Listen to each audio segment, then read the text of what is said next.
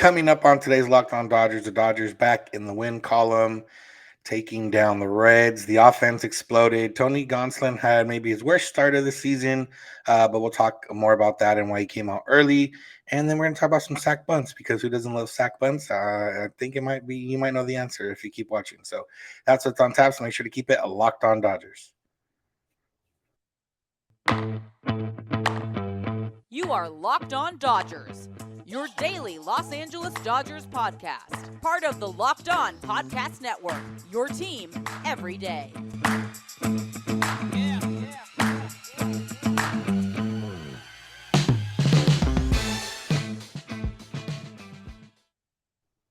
Yo, Dodger fans. Welcome to Locked On Dodgers. We are part of the Locked On Podcast Network, the #1 local sports daily podcast network. Locked On, your team every day. Today's episode is brought to you by Sports Card Investor. Dodger fans are going to love this because it's the world of trading cards reimagined. The Sports Card Investor app can help you out. And if you stay tuned, you'll learn more information later in the show about this awesome new tool for collectors. You're going to want to check out the Sports Card Investor app. You also want to check out Locked On Dodgers on YouTube or wherever you get your podcast, because that's where we are every single weekday morning. And make it easy on yourself. Subscribe, and you can just get it straight directly to your notifications and know exactly when we are live, which is usually every single weekday morning around 1 a.m. Pacific time. So if this is your first time listening or watching, I'm Samperio with my co-host here, Jeff Snider. We are both lifelong Dodger fans that have spent some time covering the Dodgers in a variety of ways and continuing to cover the Dodgers in a variety of ways. One of those ways including this podcast, and where we talk about the Dodgers. So, Jeff, let's do what we do and talk about the Dodgers. Dodgers won, put up 8 runs. Shout out to Cincinnati Reds. The Dodgers have now won 5 games against them so far this year in 5 games played. Offense, top of the order, basically 1 through 5, all contributed. Justin Turner added a couple hits. We'll get into that. We'll get into sacrifice bunt, something we saw in this game for the first time as a Dodger fan this season. But we're going to start with the starting pitcher, Tony Gonsolin, who usually at this point of the episode, when we talk about Tony Gonsolin, it's for continued praise and trying to get him as the All-Star game starter. He continues to lead the league in ERA, I believe, but it did go up after today's game. He did, only get through 5 innings, but 5 innings, 2 runs with the way the Dodgers offense played was enough for him to go 9-0. So some positives, some not as positives, and then we'll get into just the decision to take him out after 5. Yeah, his ERA just ballooned all the way up to 158 after this game. It's shameful. He struggled a little bit the first couple innings, gave up 2 solo home runs and was down 2-1. And then he settled down, and he basically, the 3rd through 5th innings, he looked exactly like the Tony Gonsolin we've come to expect this year. And he put the Dodgers in position to win, and that's what they did. He gave up 2 runs in 5 innings. He probably could have gone a 6th inning, and he was at 87 pitches, and there was a little bit of surprise. I was listening on the radio at this point, although I did watch later. I watched the replay on Spectrum, Sportsnet LA after I got home or back to my parents' house. But I was listening on the radio, and they were a little bit surprised to see Gonslin in the dugout getting his handshakes and putting on his jacket or whatever. But it's kind of that borderline. It wouldn't have been crazy to send him back out there, but at 87 pitches, you think, okay, he could definitely go 100. But I mean, the first inning he threw 20 pitches, second inning he threw 21 pitches. I think that's what it was. And if he goes out there and has another 20 pitch inning or even 25 pitch inning, suddenly he's throwing 110 pitches, and that's not really what you want, especially with the schedule they have coming up. Yeah, and it's a thing also of a matter of kind of what we talked about the last time with Gonslin, of him being, now the game wasn't out of hand when he came out. It was 4-2. It wasn't like the Dodgers had the game in the bag yet, but it's a matter of trying to steal these types of games in terms of letting him only go 5 or letting him, even if he had win 6, but 87, whatever the case is, keeping his pitch count down, just knowing that he hasn't thrown this much since 2019. And that, pretty much every time out, he's expanding on what he's thrown the last few years. Now, He's a little bit different guy, a little bit older, a little bit tougher arm. We talked about that before, but I think this is one of those where Dave Roberts felt comfortable enough with the day off yesterday, letting the bullpen handle it, and being content with Gonslin getting his 5 innings, leaving with the lead. Even though wins and losses don't matter in the grand scheme of things in terms of like how we should view pitchers, it's still a matter of starting pitcher wants to go at least 5 innings every time out. It is, what qualifies you for a win. And I do think there's still some merit in that in terms of the guys on the field. Tony Gonsolin's going to want to go at least 5 every time out just for his personal sake, and definitely more. But I think he can understand what the decision was, and it ended up working out for the Dodgers. Yeah, absolutely. And this was the first game of 20 straight games. The Dodgers don't have a day off until July 11th, which means this game was on an extra day of rest, but Gonslin's next 4 starts are all going to be on regular rest, on 4 days of rest. And Gonslin's a guy, most of their rotation, as we've talked about, they'd love to get an extra day each time. And this is a situation where unless they call up Ryan Pepio or somebody like that for a spot start at some point during this stretch, they're not getting extra days. And so I think we are going to see maybe a little bit of a revolving door with the bullpen, possibly of guys going up and down, or if a guy maybe they have to lean on a reliever for 2 innings and then he gets to go cool his heels on the IL or in AAA for a little while during this stretch, because I think they are going to be a little bit conservative. And Gonslin said after the game, one of the reporters, I didn't recognize the voice, I'm not sure who it was, but was kind of getting Gonslin to say, I'm upset that they pulled me out. But basically what Gonslin said is, I've got like 19 more starts this year, and I understand we're playing for the long season. So Gonslin said the phrase, I don't have a problem with it, because I think he knew what the reporter was fishing for. Because, yeah, I mean, I every pitcher would love to compete and keep going out there, but to have that, it's one of the things that I like about Dave Roberts is that his team buys into what he's doing, and they understand, even when they don't necessarily agree with it or they wish it was different. The fact is, they understand what he's doing. They understand that he's managing to win the last game in October, and you know whether they agree with the approach every time or not, they definitely appreciate it. And it's why, pretty much to a man, everybody who's ever played for Dave Roberts likes playing for him, because you know, he's not perfect, but he definitely has that goal of winning the World Series, and very, very rarely does he let anything else get in the way of that. And realistically, Gonsolin should be upset at the moment, or at the situation, just as a competitor, like you mentioned. But when it comes down to it, and he's been here since 2020 or 20, yeah, or he's been around for 2020. He knows what it feels like to see that last out get made, and you're the winning team in the last game of the season. So he knows what it's all about, and that's just how it goes. Yeah, and he even said, when they were asking if he wished they had let him go in another inning, he even said, "I wish I'd thrown more strikes earlier in the game." Because yeah, if his pitch count had been at 70, he would have thrown the 6th inning, or even 75. But at 87, because he struggled with his command the first couple innings, and he said so. He was very pleased with the way his pitches responded, and he responded for those last 3 innings he pitched. But he understands, okay, two long innings can definitely affect how deep you can go in a game. And that's part of his progression as a pitcher, because those long innings are what we used to get every inning from him, is why he'd go 3 or 4 innings. The fact that we're talking about Gonslin only going 5 innings, even 3 months ago, that would have seemed like a ridiculous discussion. We'd be thrilled to get 5 innings from Tony Gonsolin. Yeah, exactly. We're gonna talk about sacrifice bunts. I know Jeff is chomping at the bit to talk about this, but we're gonna talk about the sports card investor app first. Why? Because it's free, first of all. Why else? Because you can browse over 630,000 cards from every sport, with hundreds added each week. You can check the latest values for cards with 7-day charts, 30-day charts. See if you have, uh, you know, you might have some cards laying around, or you might be a collector now, and you might say, hey, what if I did want to sell this? I can go check it out and see what the value is, see what they're selling for, and see if it's something that's worth selling for you. So find the best prices and buy directly through the app as well. If you are trying to buy with the eBay deals future, go back in time, see how much your favorite old cards are worth today with the free Sports Card Investor app. Or check out some of the newer cards, like I said, or some of the upcoming players. A lot of young talent in baseball right now. So go check it out. Download the Sports Card Investor app today. It's available for free on the Google Play and Apple app stores, or you can just go to sportscardinvestor.com/locked on. That's sportscardinvestor.com/locked on.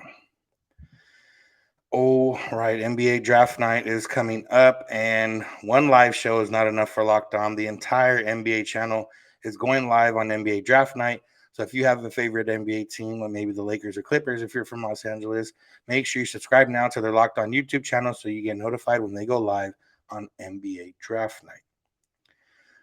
All right, Jeff. So Dodgers, we saw a sacrifice bunt in the game, and we have talked about small ball and get questions about small ball all the time. We got one last week about small ball where I mentioned the Dodgers have had plenty of times with runners on third with less than one out and them not scoring. So I don't know, small ball unless you want some squeeze bunts, which we have talked about being in favor of before. But either way, sacrifice bunts. We thought about talking about the Dodgers struggling in extra innings the other day. And when you think about struggling in extra innings and you are someone who thinks small ball is the way, possibly still, sacrifice bunts is also a part of that. So, with all that being said, I will hand it over. Yeah, I was already excited to talk about sacrifice bunts on this episode. I mentioned I listened to a bunch of the game on the radio. I was out at the Dodgers Nation studios today recording something. I think it's dropping on their YouTube today. And so I ended up watching the first couple innings of the game with them at their studios, and then I listened to the rest of the game in rush hour traffic on the radio. And so I got to hear Rick Monday and Tim Neverrett's take on the sacrifice bunt when it happened. And then, as I mentioned, I watched the replay on Sportsnet LA. So I got to hear Eric Karros and Joe Davis talk about it. And I watched the post-game show and got to hear Jerry Hairston and others talk about it. And so I kind of heard everything that they had to say. And actually, Karros and Joe was the last people I got to hear from. And I was very relieved to hear Eric Karros include a very important bit of context. Rick Monday basically said, I hope the Dodgers remember next time they're in extra innings, the importance of a sacrifice bunt. And Jerry Hairston was extolling the virtues of sacrifice bunts and all that. And Eric Karros was the one guy who brought up the key bit of context, which was Eddie Alvarez. You know, people wanted small ball when the Dodgers lost on Friday night in extra innings. Freddie Freeman led off that inning. Freddie Freeman is not going to sacrifice bunt. And we don't want Freddie Freeman to sacrifice bunt. Now, we would love it if Freddie Freeman would put the bat on the ball in that situation, which he didn't. He struck out. But Freddie Freeman is a guy you trust. Okay, I think he's either going to get a base hit to drive in the run or at least pull a ground ball to second base. That's what they're going to do. Freddie Freeman is never going to sacrifice bunt. Every time Eddie Alvarez comes up with a runner on base and nobody out, he should be bunting because A, he can bunt, and B, he's not much of a hitter. And we had already seen in this game, he had already struck out looking against Tyler Mahle. He struck out looking again later in the game. He was a prime candidate to do a sacrifice bunt. And the fact is the Dodgers don't have many Eddie Alvarez's on the team. In fact, they only have one. And they only have one lineup spot that ever holds a guy like Eddie Alvarez, and that's only because Mookie's hurt. And so anyway, like I said, I was already excited to talk about this. And then before we started recording, I was watching the Padres Diamondbacks game. And that game went to extra innings. And it was tied 2-2. And top of the 10th inning, Diamondbacks come up. Jake Hager leading off with, the runner, Alec Thomas on second base, the ghost runner. Jake Hager, 29 career sack bunts between the minors and the major leagues. Let's get this guy over. They bunt. He pops up the bunt. He gets out. Diamondbacks don't score because they gave away a first out, didn't even get a base for it. Bottom of the 10th, Trent Grisham comes up. 6 sacrifice bunts this year. Great bunter. Bunts back to the pitcher. The pitcher turns, throws to third, gets the out at third. They get out for no reason, and now you have Grisham on second instead of Kim on, or Grisham on first instead of Kim on second. Padres don't score. Top of the 11th, Dalton Varsho comes up. Great bunter. Dalton Varsho tries to bunt, fouls it off. Tries to bunt again, fouls it off again. Ends up striking out because he gave away 2 strikes in the at-bat. Diamondbacks don't score. Bottom of the 10th, Nomar Mazar leading off. They don't bunt because Nomar Mazar can't bunt. Guess what ended up happening? They get an RBI single and they win the game. Now, I'm not saying bunting is going to cause you to lose. My point in all this is that in people's minds, I think you hear it, just sacrifice, just bunt him over. It's you could have no risk. Just put that guy at third base with 1 out, and then you've got 2 outs to get him in. Bunting doesn't always work. Even really good bunters don't always get it down. There is a lot of risk. There's a very good chance that, like probably a 40% chance that you're going to give away an out and not even get the extra base that you wanted. And so, even if it is the right guy up in the right place, it's still not a given. Jake Hager, Trent Grisham, both really good bunters, didn't get the job done. And then last thing of this rant, and then I'll let you talk, Vince. Our buddy Justin Hicken was DMing us last week, and we were talking about productive outs. And I was looking at the productive outs leaderboard on ESPN. They track productive outs by team, and their definition of a productive out is actually defined and developed by ESPN, the magazine, and the Elias Sports Bureau.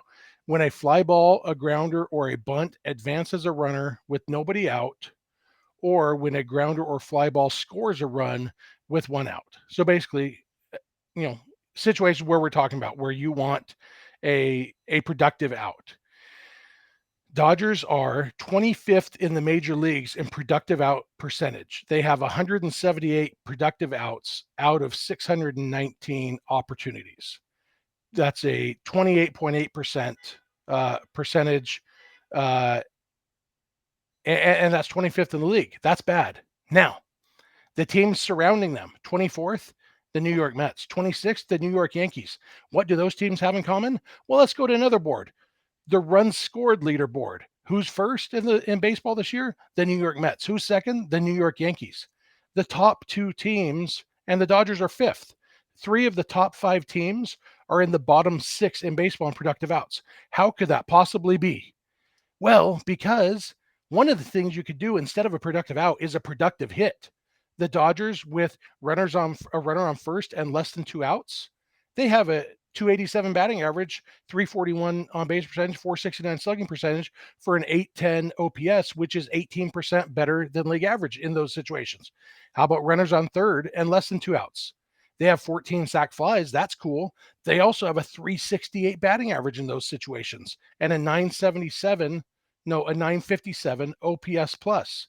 That's 31% better than league average.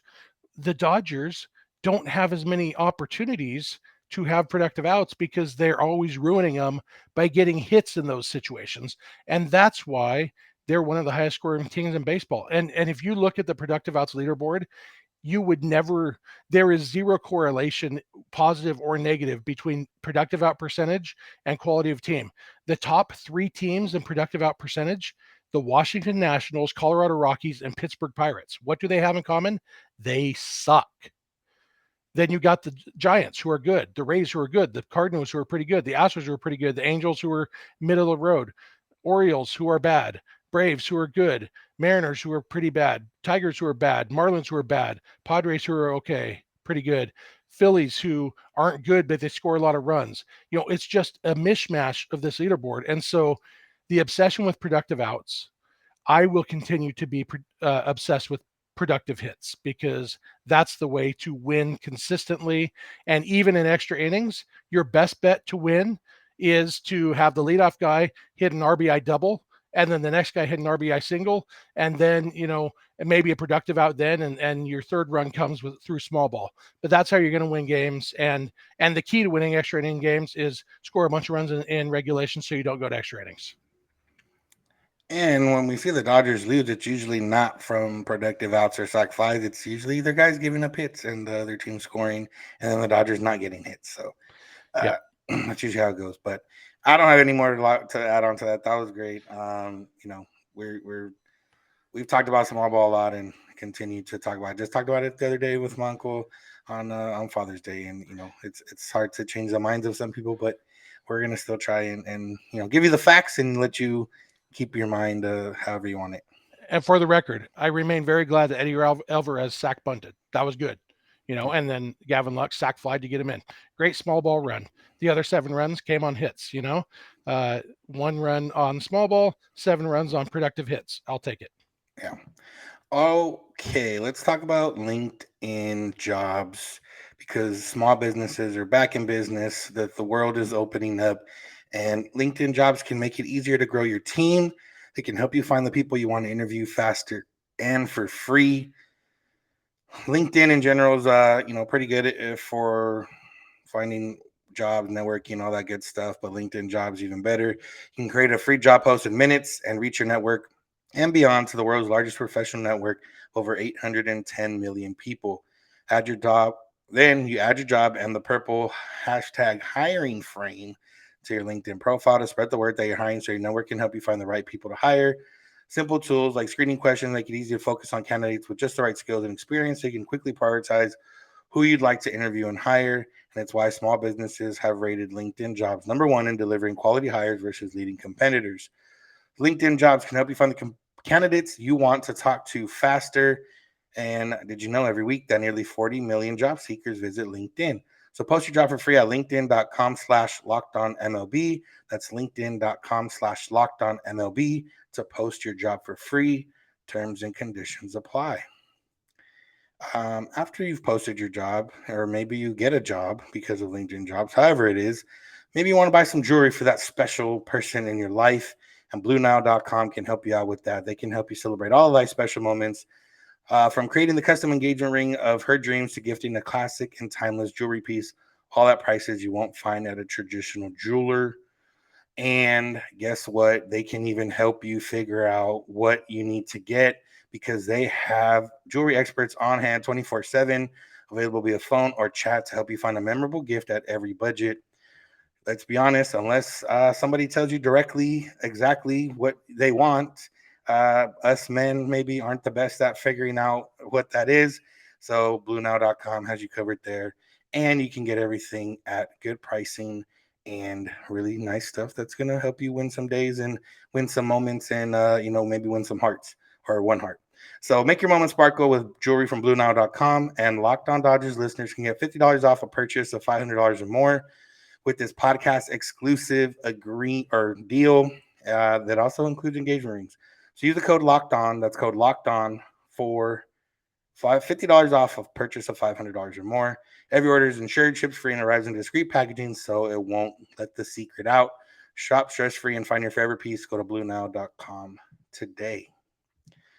I just realized that was the first time I did the LinkedIn ad read. Usually, the way it works out, you've always done it. So, Yeah, you did a great job. yeah, there we go. All right. Back at it, and we're talking offense. The Dodgers, like you mentioned, put up 8 runs, 7 coming from the hit variety.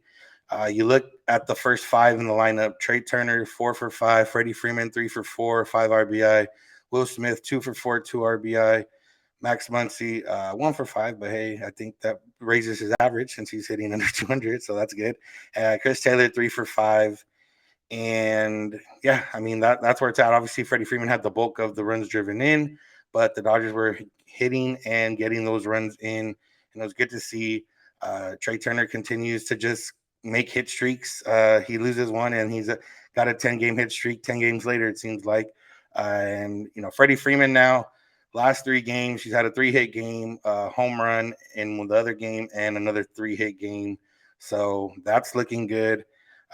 Trey Turner's been looking good, and if they can just get these other guys to contribute here and there like they did yesterday, the Dodgers are in for a good time. Yeah, I joked on Twitter that sometimes all a struggling offense needs is a trip to Cincinnati, but Tyler Mahle is a good pitcher, and they made him work, and they got to him. It's not just one of those things where they make him throw a lot of pitches, but they made him throw a lot of pitches and they scored runs off him, and they so lowered his trade value to maybe trade for him later. Exactly. The long game they're playing. Yeah. Dodger fan Tyler Mahle is now worth a little bit less in trade.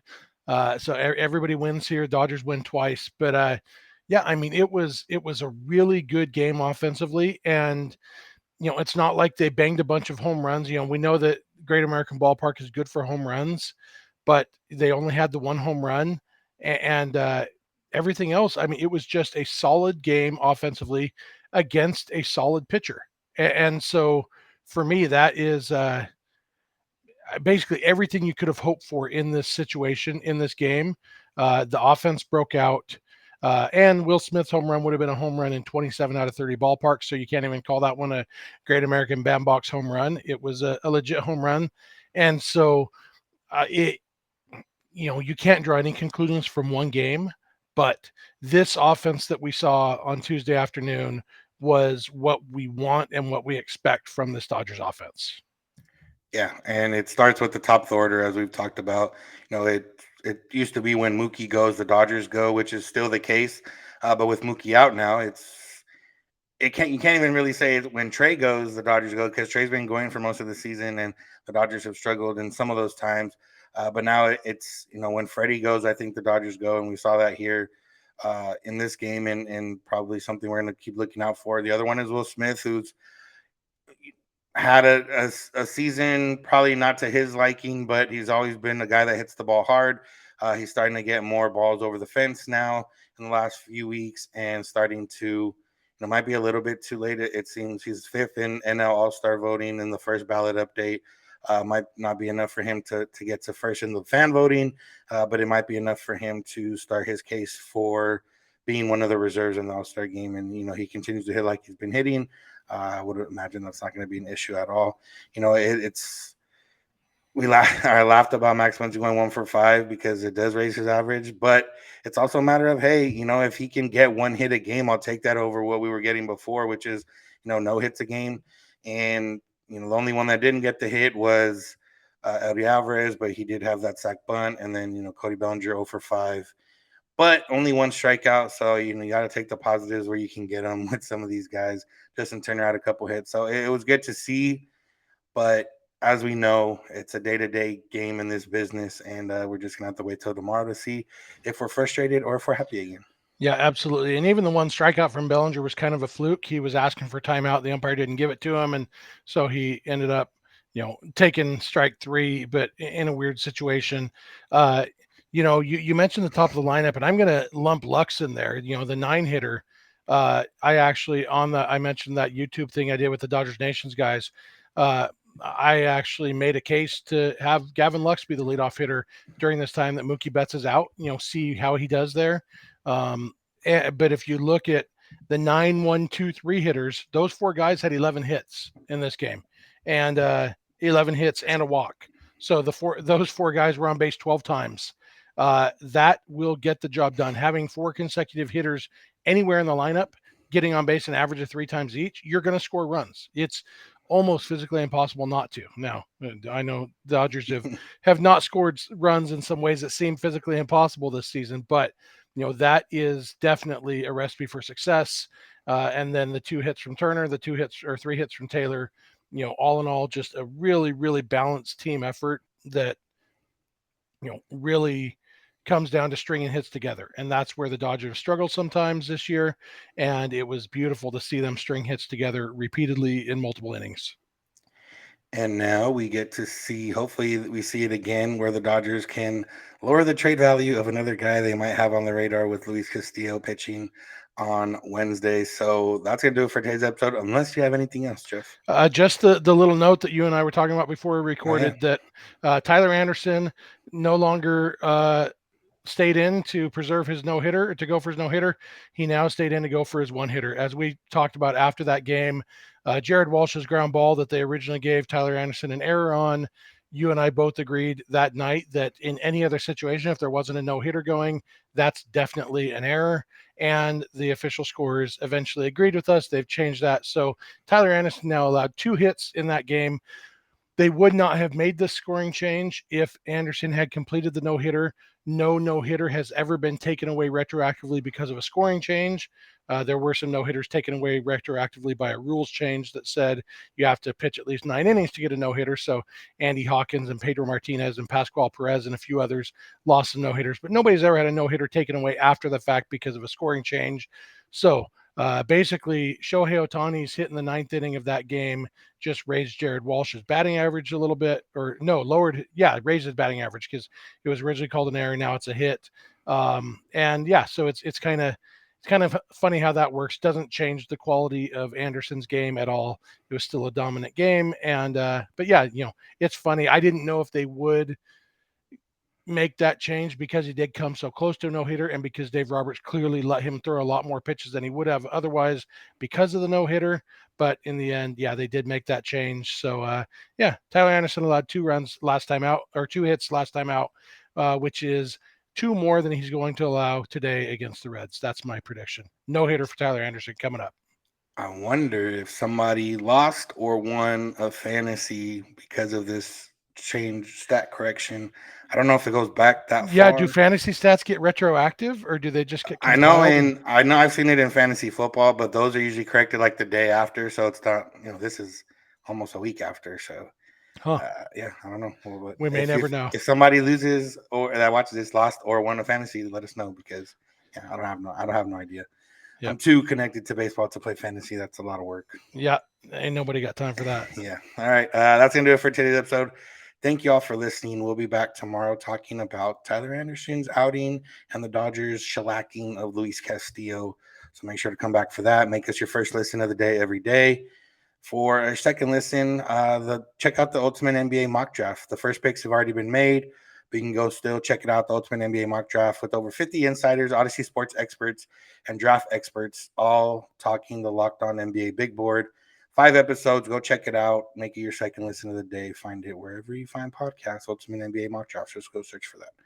Okay, for us, we're here every weekday morning, Monday through Friday. You can find us on social media, Twitter and Instagram at Locked On Dodgers.